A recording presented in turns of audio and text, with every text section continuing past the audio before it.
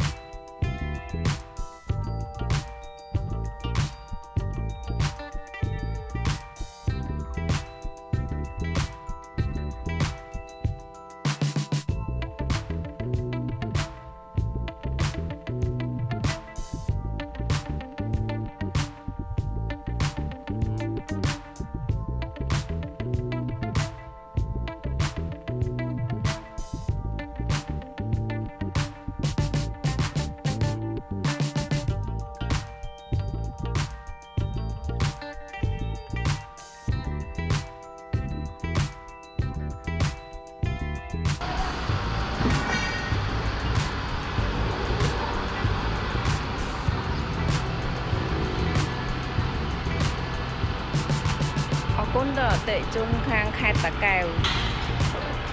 បានជាត្រាក់ឃ្លាំងផាត់ហៀងខេត្តបាត់ដំបង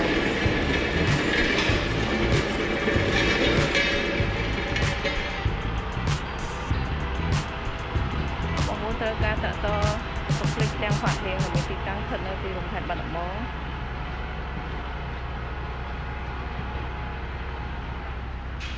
មានលេខទូរស័ព្ទដូចនៅក្នុងเพจ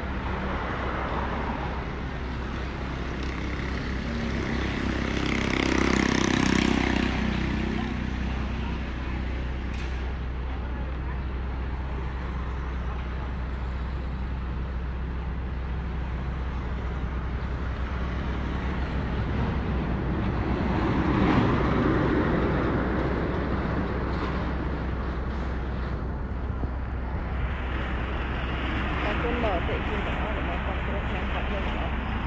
នេះផងចា៎ហើយក៏អរគុណដល់អតិថិជនខាងខេត្តតាកែវហេងចា៎អរគុណមកនេះ